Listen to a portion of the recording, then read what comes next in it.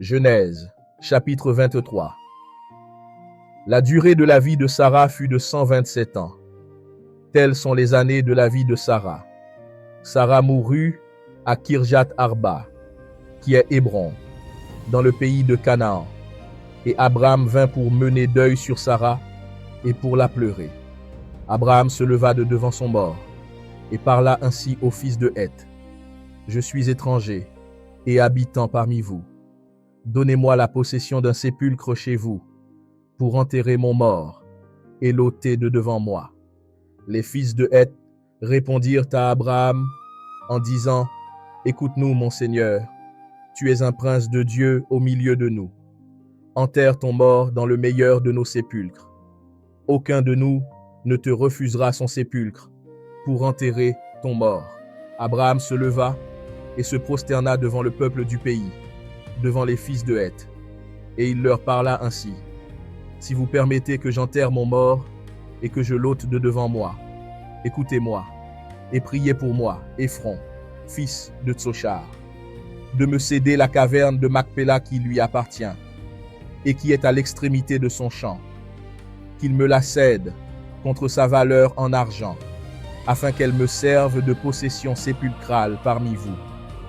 Éphron était assis au milieu des fils de Heth. Éphron, le Héthien, répondit à Abraham, en présence des fils de Heth et de tous ceux qui entraient par la porte de sa ville. Non, mon Seigneur, écoute-moi, je te donne le champ, et je te donne la caverne qui y est. Je te les donne aux yeux des fils de mon peuple. Enterre ton mort. Abraham se prosterna devant le peuple du pays, et il parla ainsi à Éphron, en présence du peuple du pays.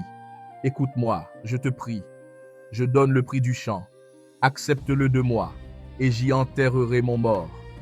Éphron répondit à Abraham en disant, mon Seigneur, écoute-moi, une terre de 400 cycles d'argent. Qu'est-ce que cela entre moi et toi? Enterre ton mort. Abraham comprit Éphron, et Abraham pesa à Éphron l'argent qu'il avait dit, en présence des fils de Heth, 400 cycles d'argent, ayant cours chez le marchand. Le champ d'Éphron à Macpéla, vis-à-vis de Mamré, le champ et la caverne qui y est, et tous les arbres qui sont dans le champ, et dans toutes ses limites alentour, devinrent ainsi la propriété d'Abraham, aux yeux des fils de Heth et de tous ceux qui entraient par la porte de sa ville. Après cela, Abraham enterra Sarah, sa femme, dans la caverne du champ de Macpéla, vis-à-vis de Mamré, qui est Hébron, dans le pays de Canaan.